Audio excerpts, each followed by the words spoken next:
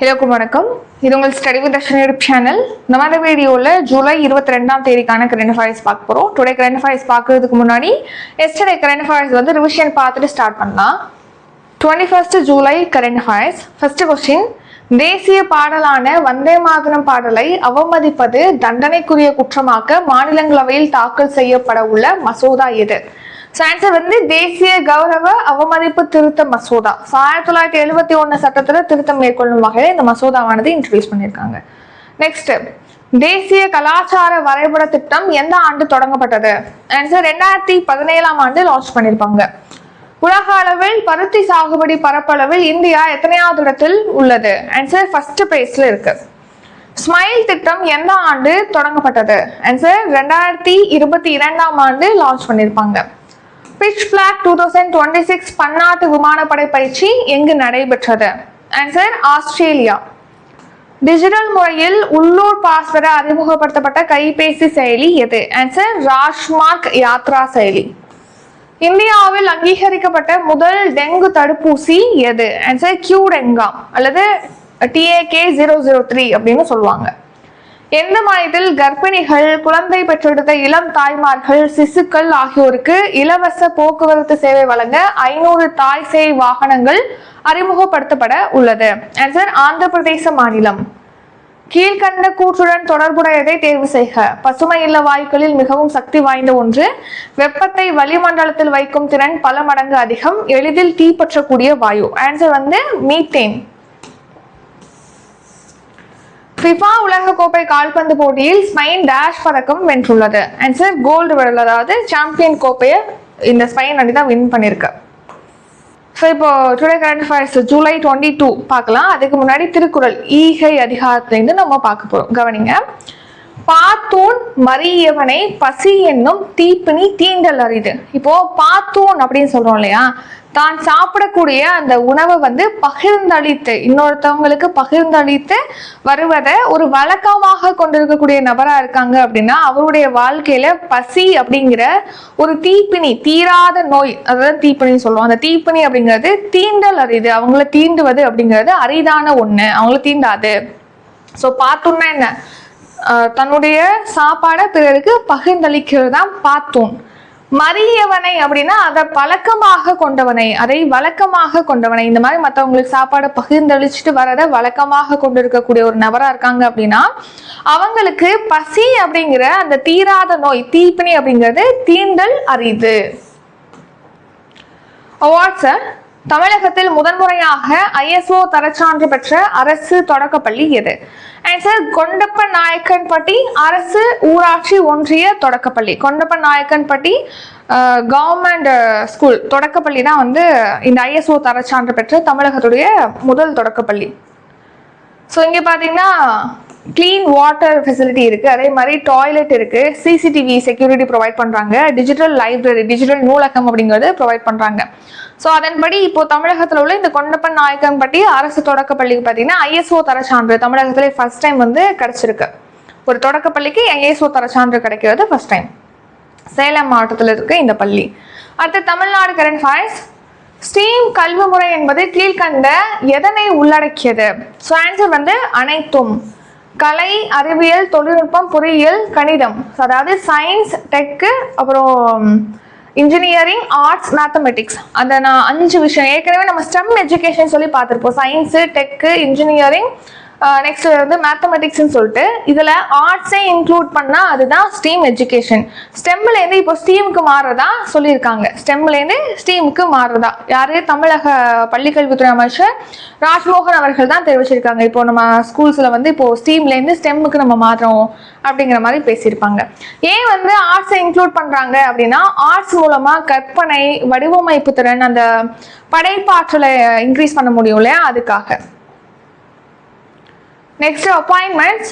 பிரிட்டனின் செயற்கை அறிவுத்துறை அமைச்சராக நியமிக்கப்பட்டுள்ள இந்திய வம்சாவளி யார்? ஆன்சர் கனிஷ்க நாராயணன். கனிஷ்க நாராயணன் தான் இப்போ பிரிட்டனுடைய ஆர்டிஃபிஷியல் இன்டெலிஜென்ஸ்க்கான மினிஸ்டர் அப்பாயிண்ட் பண்ணியிருக்காங்க. இவர் இந்திய வம்சாவளியை சேர்ந்தவர்.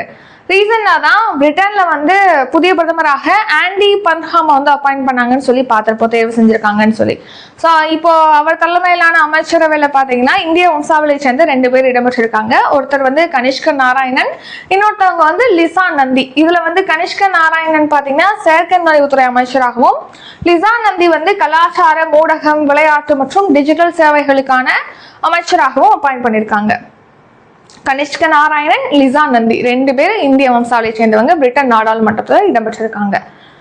அடுத்து ரீசன் நியூஸ். சிபிஎஸ்இ புதிய தலைவராக லோகண்டே பிரசாந்த் சீதாராம் வந்து அப்பாயிண்ட் பண்ணியிருக்காங்க. ஸோ ரீசெண்டாக சிபிஎஸ்இ தலைவரா. மேற்கு வங்கத்துடைய முதலமைச்சராக இப்போ சுவேந்து அதிகாரி அப்பாயிண்ட் பண்ணியிருக்காங்க. அடுத்து இந்திய வம்சாவளியை சேர்ந்த கியூ மணிவண்ணன் பார்த்தீங்கன்னா இப்போ ஸ்காட்லாந்து நாடாளுமன்ற உறுப்பினராக அப்பாயிண்ட் பண்ணியிருக்காங்க. அடுத்து இந்தியன் மெட்ரோலாஜிக்கல் டிபார்ட்மெண்ட், அதாவது இந்திய வானியல் துறையுடைய அமைச்சராக, வானியல் டிபார்ட்மெண்ட்டுடைய அமைச்சராக தலைவராக மிருத்யுஞ்சய் மோகபத்ரா அப்பாயிண்ட் பண்ணியிருக்காங்க. Deputy governor of the Reserve Bank of India, reserve பேங்குடைய துணை ஆளுநராக இப்போ ரோஹித் ஜெயின் வந்து அப்பாயிண்ட் பண்ணியிருக்காங்க. ஸ்டேட். இந்தியாவில் பொது சிவில் சட்ட மசோதாவை அமல்படுத்திய 4வது மாநிலம் எது? ஆன்சர் மத்திய பிரதேச மாநிலம். ஸோ இப்போ பொது சிவில் சட்டம், யூனிஃபார்ம் சிவில் கோட் அப்படின்னு சொல்லி பார்க்குறோம் இல்லையா? ஸோ விவாகரத்து, அப்புறம் திருமணம் பண்ணுறது, தத்தெடுப்பு பண்ணுறது, இந்த மாதிரியான விஷயங்களுக்கு பார்த்தீங்கன்னா வெவ்வேறு மதத்தை சேர்ந்தவங்க வெவ்வேறு முறைகளை வந்து பின்பற்றுறாங்க, சட்டங்களை பின்பற்றுறாங்க. ஸோ எல்லாருக்கும் இந்தியன் சிட்டிசன் அப்படின்னா அவங்களுக்கு எல்லாருக்குமே வந்து ஒரே மாதிரியான நடைமுறையை வந்து பின்பற்றணும்னு சொல்லிட்டு ஒரே சட்டத்தை கொண்டு வருவது தான் இந்த பொது சிவில் சட்டம்ங்கிறது. ஏற்கனவே சுதந்திரத்துக்கு முன்னாடினா கோவால இது கொண்டு வந்துட்டாங்க, அதுக்கப்புறமா உத்தரகாண்ட்ல கொண்டு வந்தாங்க, நெக்ஸ்ட் அசாம்ல இம்ப்ளிமெண்ட் பண்ணாங்க, குஜராத்ல இதை வந்து பாஸ் பண்ணிருப்பாங்க இந்த பில்ல. இப்போ மத்திய பிரதேச மாநிலத்துல இப்போ இதை இம்ப்ளிமெண்ட் பண்ணிருக்காங்க. ஸோ இப்போ கோவா, உத்தரகாண்ட், அசாம், மத்திய பிரதேச மாநிலத்துல இம்ப்ளிமெண்ட் பண்ணிருக்காங்க, குஜராத்ல பாஸ் பண்ணிருக்காங்கன்னு சொல்லி பார்த்திருப்போம். ஸோ 4வது மாநிலமாக மத்திய பிரதேச மாநிலம் உருவெடுத்திருக்கு. ஸோ இந்தியாவில் பொது சிவில் சட்டத்தை இம்ப்ளிமெண்ட் பண்ண 4வது மாநிலமாக மத்திய பிரதேச மாநிலமானது உருவெடுத்திருக்கு. ஸோ இது என்னன்னா திருமணம், விவாகரத்து, அதே மாதிரி வாரிசு தத்தெடுக்கிறாங்க இல்லையா, அதுக்காக ஒரே சட்டத்தை பின்பற்றணும். இப்போ இந்த மசோதால என்னென்னலாம் இடம்பெற்றிருக்கு அப்படின்னு சொல்லி பார்த்தா, பழங்குடியினருக்கு விலக்கு வச்சிருக்காங்க, திருமணம் பதிவு செய்யப்படணும், அதே மாதிரி விவாகரத்தும் கட்டாயமா பதிவு செய்யப்படணும்.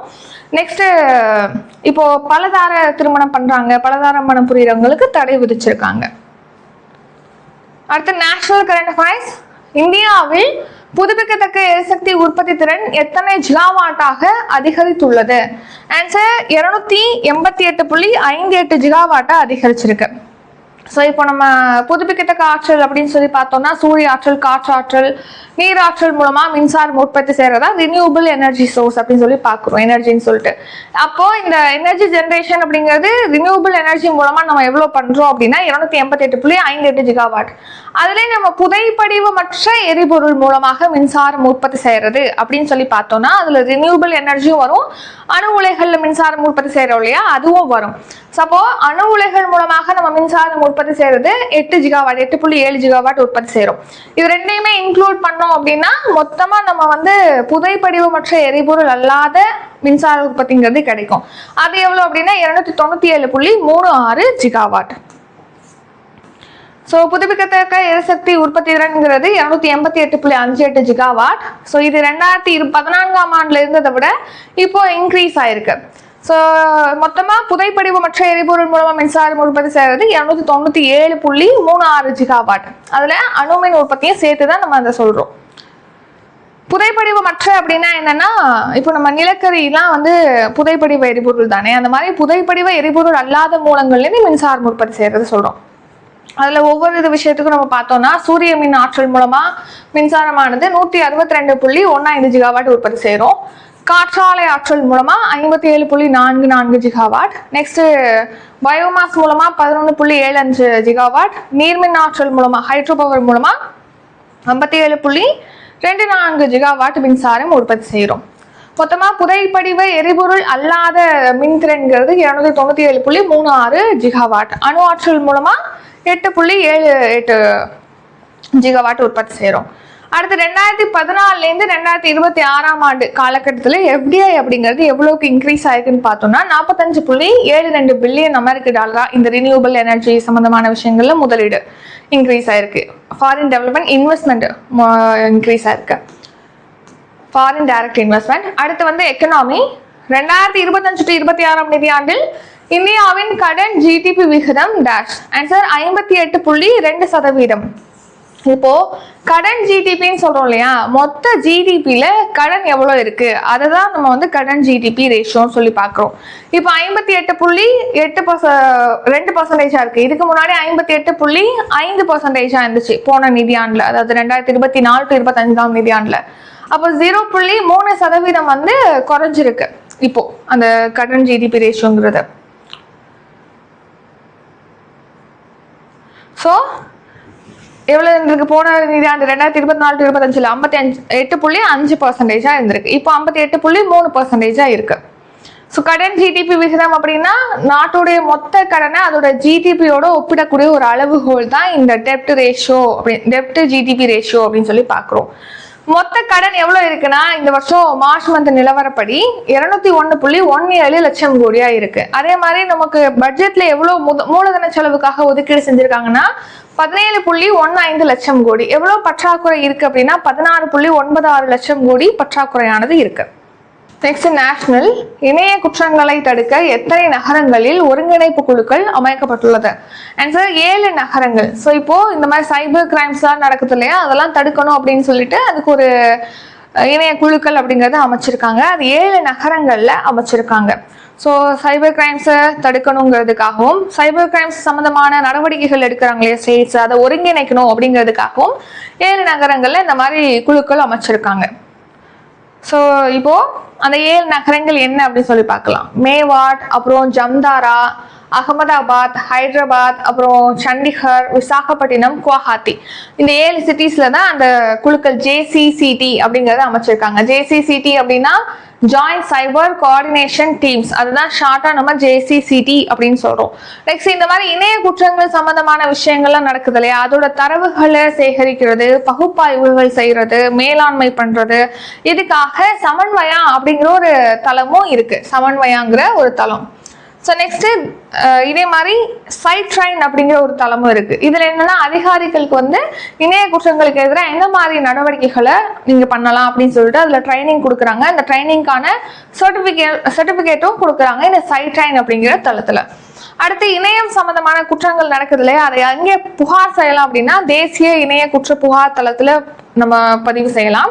அதே மாதிரி citizen financial cyber fraud reporting and management system மூலமாக இப்போ புகார்கள் மூலமாக எந்த அளவுக்கு மணி வந்து ரிட்டர்ன் பண்ணியிருக்காங்க, பாதுகாத்திருக்காங்க அப்படின்னா 11.158 கோடி மோசடியிலிருந்து பாதுகாக்கப்பட்டிருக்கு அப்படின்னும் தெரிவிச்சிருக்காங்க. ஸோ நெக்ஸ்ட் வந்து தமிழ்நாடு கரண்ட் ஃபயர்ஸ். 2025-26 நிதியாண்டில் நாட்டின் மொத்த வர்த்தக ஏற்றுமதியில் தமிழகம் எத்தனையாவது இடத்தை பிடித்துள்ளது? ஸோ மொத்த வர்த்தக ஏற்றுமதியில் தமிழ்நாடு 3rd பிளேஸ். இந்தியாவிலேருந்து இப்போ நம்ம எல்லா ஸ்டேட்லேருந்தும் ஏற்றுமதி செய்கிறாங்க இல்லையா, அதில் தமிழ்நாடு பார்த்தீங்கன்னா 3வது இடத்துல இருக்கு ஏற்றுமதியில் அதிகமாக ஏற்றுமதி செஞ்சு. போன நிதியாண்டில் எவ்வளோ ஏற்றுமதி பண்ணிருக்கு அப்படின்னா 5890 கோடி அமெரிக்க டாலர் அளவுக்கு ஏற்றுமதியானது நிகழ்ந்திருக்கு. ஸோ அதன்படி 3rd பிளேஸ்ல இருக்கு Tamil Nadu. Central government scheme PLI திட்டம் எந்த ஆண்டு தொடங்கப்பட்டது? ஆன்சர் 2020ஆம் ஆண்டு தான் ப்ரொடக்ஷன் லிங்க்டு இன்சென்டிவ் ப்ரோக்ராம்ங்கிறது லான்ச் பண்ணியிருப்பாங்க. அதாவது உற்பத்தி இணைக்கப்பட்ட ஊக்கத்தொகை திட்டம் அப்படிங்கிறது 2020ஆம் ஆண்டு. இப்போ இதுக்கு எவ்வளவு முதலீடு ஈர்க்கப்பட்டிருக்கு இந்த PLI திட்டத்துல அப்படின்னா 2.40 லட்சம் கோடி. PLI திட்டம் அப்படிங்கிறது என்னன்னா ஒரு 14 டிபார்ட்மெண்ட்ஸ் இருக்கும். ஜவுளித்துறை, நெக்ஸ்ட் வந்து மொபைல் உற்பத்தி துறை, இந்த மாதிரி எல்லாம் ஒரு 14 துறைகள்ல உற்பத்தியை இன்க்ரீஸ் பண்ணக்கூடிய நிறுவனங்களுக்கு பாத்தீங்கன்னா ஊக்கத்தொகைங்கிறது கொடுக்குறாங்க. எவ்வளவு அவங்க உற்பத்தியை இன்க்ரீஸ் பண்ணியிருக்காங்களோ அதுக்கேற்ற மாதிரி ஊக்கத்தொகை கொடுக்குறாங்க கவர்மெண்ட். ஸோ அதனால எவ்வளவு வேலை வாய்ப்புகள் உருவாக்கப்பட்டிருக்குன்னா 14.15 லட்சம் கோடி. அடுத்த ரீசன் நியூஸ். பிரதமரின் ஸ்வாநிதி திட்டம்ங்கிறது ஜூன் 2020 லான்ச் பண்ணியிருப்பாங்க. ஸ்ட்ரீட் வெண்டர்ஸ்க்கு வந்து நிதி உதவி வழங்கணும்னு சொல்லிட்டு. அடுத்து ஜல்ஜீவன் மிஷன் வந்து 2028 வரைக்கும் எக்ஸ்டெண்ட் பண்ணியிருக்காங்க. ஸோ இது வந்து கிராமப்புறங்கள்ல டேப் வாட்டர் கனெக்ஷன் வந்து கொடுக்கணும், எல்லா வீட்லேயும் சுகாதாரமான குடிநீர் கிடைக்கிறத உறுதிப்படுத்தணும்னு சொல்லிட்டு. ஆயுஷ்மான் பாரத் பிரதான் மந்திரி ஜன் ஆரோக்கிய யோஜனா, இந்த ஸ்கீம்ல மேற்கு வங்க மாநிலம் இணைஞ்சிருக்காங்க. ஸோ மேற்கு வங்க மாநிலம் இதுல இணைஞ்ச 36 ஸ்டேட் அப்படிங்கிற பெருமையை வந்து பெறுது. இப்போ 36 ஸ்டேட்னா நம்மகிட்ட 28 ஸ்டேட் தானே இருக்கு அப்படின்னு சொல்லி வருவீங்க. அதாவது என்னன்னா ஸ்டேட்டோட பிளஸ் யூனியன் டெரிட்டரியும் கவுண்டிங் எடுத்துக்கிட்டு தான் மொத்தமா 36வது மாநிலமா இணைஞ்சிருக்குன்னு சொல்லி சொல்றாங்க. அடுத்து பிரதமரின் கிஷான் சம்மான் நிதி திட்டம். இந்த ஸ்கீம்ல விவசாயிகளுக்கு பாத்தீங்கன்னா 6000 ரூபாய் இயர்லி கொடுக்குறாங்க. அதுலயுமே வந்து 3 இன்ஸ்டால்மெண்ட்ல கொடுக்குறாங்க. இது 2019 February 24 லான்ச் பண்ணிருப்பாங்க.